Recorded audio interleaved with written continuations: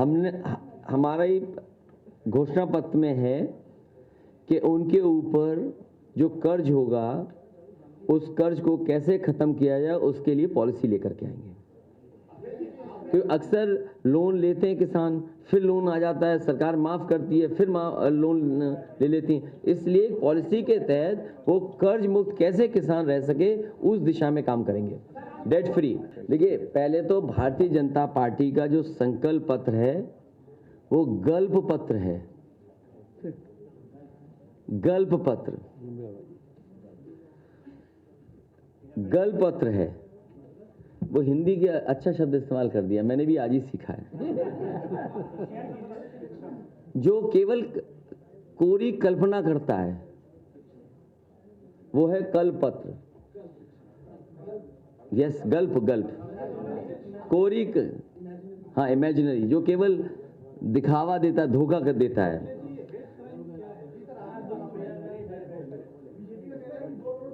और जो बीजेपी ने कहा है उसके लिए बाकायदा हम लोगों ने तैयारी कर करके, और तैयारी के साथ साथ उस पर वित्तीय कितना पैसा भार पड़ेगा वो सब बातें कही गई हैं और लिखी हैं। हम लोगों ने बाकायदा उसको कैलकुलेट किया है। जो सरकार को पहले चलाए हैं, जो वित्त विभाग के जानकार हैं, जो फाइनेंशियल एक्सपर्ट्स हैं, उनसे राय लेकर के, और जैसे पुरानी पेंशन जब बहाल की गई उनके सभी संगठन के लोगों से अलग अलग समय पे बात हुई, वित्त विभाग की जो जानकारी रखते हैं और जो फाइनेंशियल चीज़ों को समझते हैं उनके बीच में चर्चा होने के बाद ही निर्णय लिया है। और जितने भी हम लोगों ने स्कीम बताई हैं वो लगभग 50,000 करोड़ से ज़्यादा की स्कीम नहीं बनती साल की, और यूपी का बजट 6 लाख करोड़ का है। अगर समाजवादियों ने कहा है ये बात, तो जैसे 300 यूनिट फ्री बिजली कहा समाजवादी सरकार पार्टी ने, उसी समय बीजेपी ने कहा कि हम किसानों के लिए 50% माफ कर देंगे बिजली का बिल। तो वो कहां से कर रहे थे? जैसे फ्री फर्टिलाइजर देना है तो उसका कैलकुलेशन जो आ रहा है फ्री फर्टिलाइजर का वो 3,750 करोड़ आ रहा है।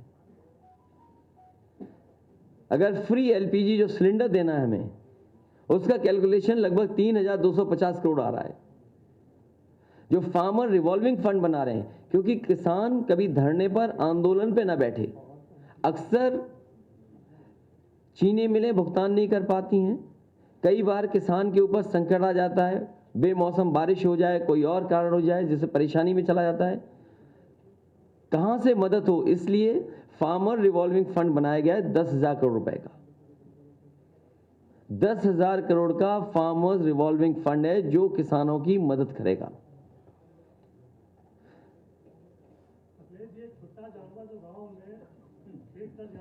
और समाजवादी कैंटीन के लिए भी बहुत ज्यादा खर्चा नहीं, 3,000 करोड़ साल का आएगा।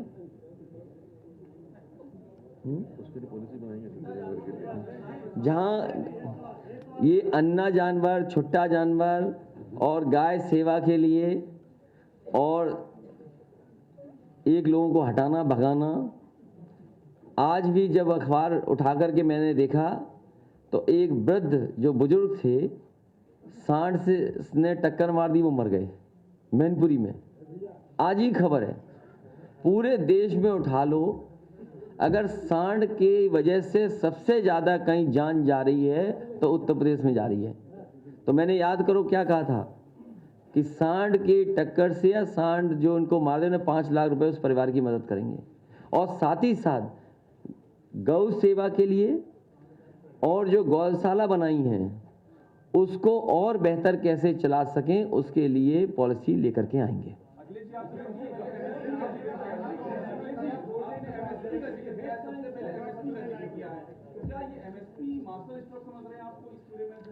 देखिए, इस एमएसपी देने के लिए खरीद केंद्र, मंडी और इंफ्रास्ट्रक्चर बिना बनाए संभव नहीं है। इस सरकार ने मंडियां बर्बाद कर दी, सब मंडियों का जो काम शुरू हुआ था वो बंद कर दिया। धान हो, आज मैंने सुना है कि धान के लिए कुछ कह रहे थे कि धान खरीद होगी, 5 साल इन्होंने धान नहीं खरीदा, किसी किसान का धान नहीं खरीदा। जैसे मैं धान के लिए खरीद के केंद्र बने और जो कुछ भी नुकसान हो सरकार व्यय करे उसको। तो एमएसपी दिलाने की काम समाजवादी सरकार में होगा।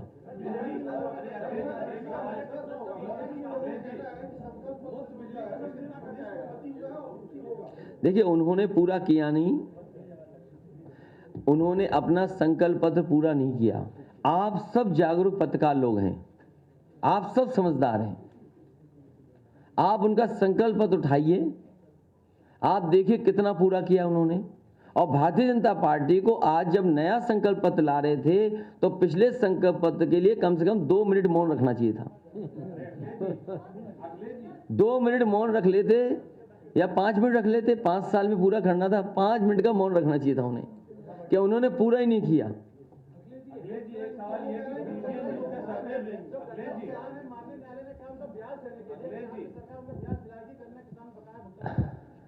ये सरकार बनने पर इसका जवाब दूंगा, और समय पर भुगतान हो जाएगा तो ब्याज नहीं देना पड़ेगा। इसीलिए फार्मर्स रिवॉल्विंग फंड बनाया जा रहा है कि किसान को न धरने पे बैठना पड़े और ना ही किसी के ऊपर परेशानी आए।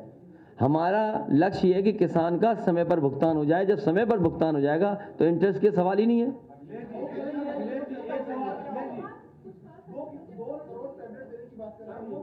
अरे वो पूरे 5 साल क्या टैबलेट देते रहे, आपको नहीं पता? जिस सरकार ने अपने, इसीलिए मैंने कहा कि अपने संकल्प पत्र के लिए इन्हें कम से कम 5 मिनट मौन रखना चाहिए था, जो पूरा नहीं किया।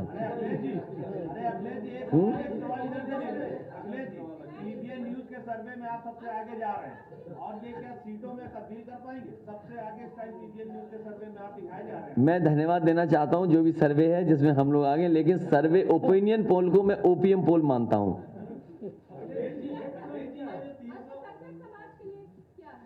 इसमें आप पूरा पढ़ेंगी तो आप पाएंगी हर वर्ग के लिए है और विशेषकर अल्पसंख्यक समाज के लिए भी है।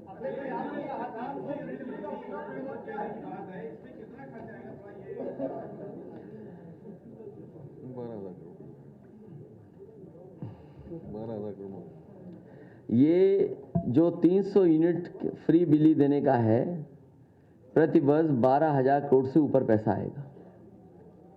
12,000 करोड़ रुपए साल का।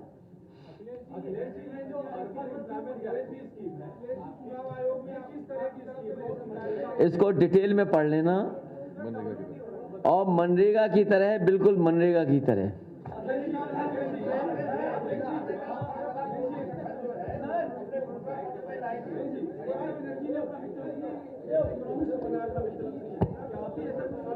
किसने बनाया?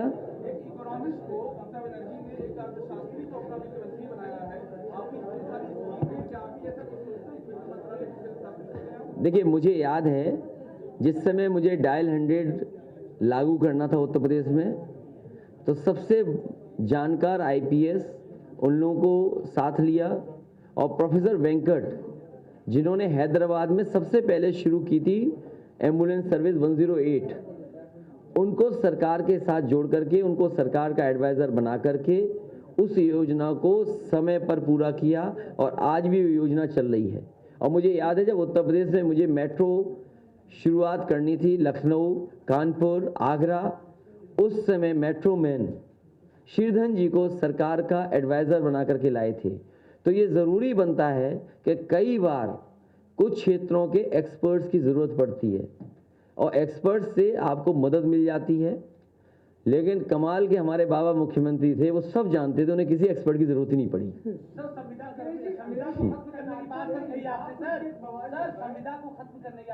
ये संविधान को,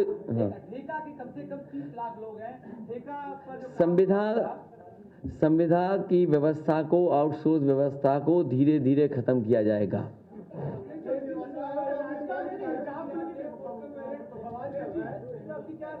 मैं अभी टीवी नहीं देख पाया, मुझे जानकारी नहीं है।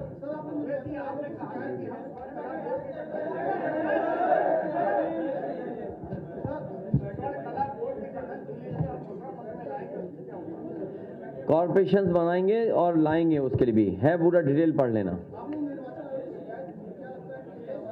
ये निर्वाचन आयोग का अच्छा याद दिला दिया आपने। अभी कुछ दिन पहले एक वीडियो आया जहां एक विकलांग नौजवान से अधिकारियों ने वोट डलवा लिया और उसके बाद अधिकारी लोग जो आए और पुलिस के लोग आए, उन्होंने समझाया कि अगर एक ही वोट तो पड़ा है, जब वीडियो है, हमारी शिकायत है, तो चुनाव आयोग ऐसे लोगों पे कार्रवाई क्यों नहीं कर रहा है? और वहाँ का डीएम पिछले कई वर्षों से वहीं है और जानबूझ करके उस डीएम को वहीं रखा गया है जिससे चुनाव में भी धांधली कराई जा सके। और केवल एक जिले की नहीं, पूरे प्रदेश में भारतीय जनता पार्टी बेईमानी पर उतर आई है और ये हर स्तर पर बेईमानी करेगी। समय समय पर हमारी शिकायत चुनाव आयोग को रहेगी। हमें उम्मीद है कि चुनाव आयोग कार्रवाई करे। मान लीजिए यहीं पर लखनऊ में ही कोई चुनाव लड़ रहा है, उनकी पत्नी वरिष्ठ अधिकारी हैं, क्या उम्मीद करते हो न्याय मिलेगा? क्या उम्मीद करते हो वोट पड़ जाएंगे?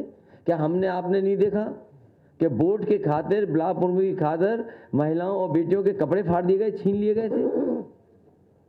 तो चुनाव आयोग को लगातार शिकायत कर रहे हैं। हमें उम्मीद है कि चुनाव आयोग इन शिकायतों पर कार्रवाई करेगा। अब क्या करें, आपकी नहीं सुनवाई तो हमारी क्या सुनवाई होगी? लेकिन हम तो उम्मीद ही कर सकते हैं चुनाव आयोग को। आप कुछ चलाइए बढ़िया ढंग से कि चुनाव आयोग कैसे लोग बैठे हैं। सॉरी,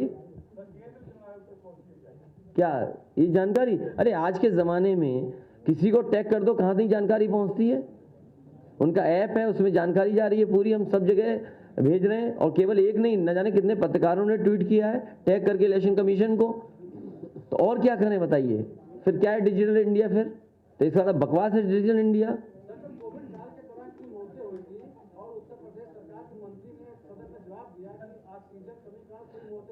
भारतीय जनता पार्टी से अच्छा झूठ कोई नहीं बोल सकता। भारतीय जनता पार्टी को अपना नाम बदल लेना चाहिए, भारतीय झूठी पार्टी रख लेना चाहिए नाम।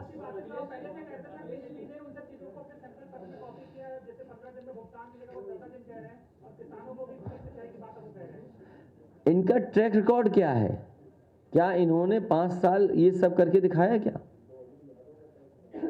तो जिस पे भरोसा ही नहीं है जनता को, भरोसा समाजवादियों पे है, पुराना काम समाजवादियों का दिखाई दे रहा है, उस पे भरोसा जनता को है।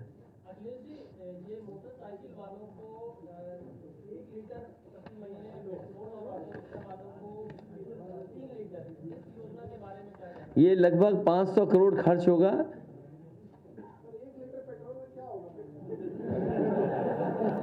तो वापस कर दो, किसी और को दे देंगे, उस पर 2 लीटर हो जाएंगे।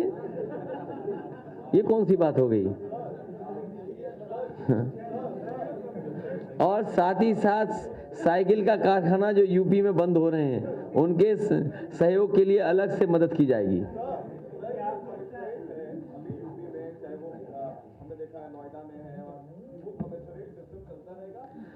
इस पर विचार किया जाएगा, क्योंकि जो कमिश्नर बन रहे हैं उन्होंने अन्याय ज़्यादा किया है।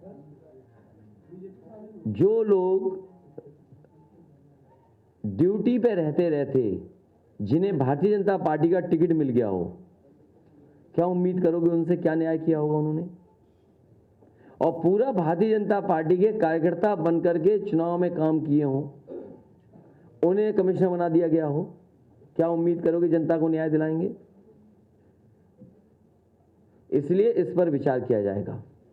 हमारा समाजवादियों का लक्ष्य हमेशा रहा कि कानून व्यवस्था कैसे बेहतर हो। मुझे आप बताइए, किसी पुलिस के अधिकारी से पूछ लीजिए कि रिस्पॉन्स सिस्टम किस पार्टी ने अच्छा दिया। इन्होंने 5 साल के अंदर डायल 100 का केवल नाम बदला और बर्बाद कर दी वो योजना। अगर उसमें गाड़ियां बढ़ गई होती और उसको समय के हिसाब से और ट्रेनिंग या व्यवस्था अच्छी कर दी होती, तो आज बहुत अच्छी कानून व्यवस्था होती।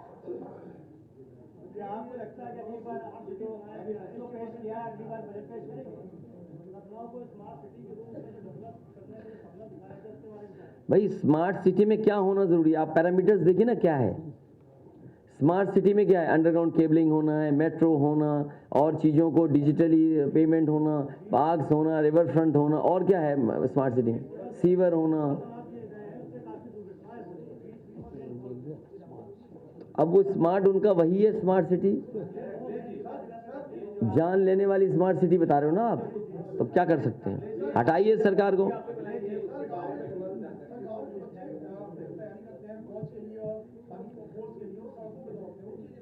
उसके लिए मैंने तय किया था, इसलिए मैंने कहा समय समय पर कुछ घोषणाएं की, उन सबको शामिल हम कर रहे हैं अपने मैनिफेस्टो में।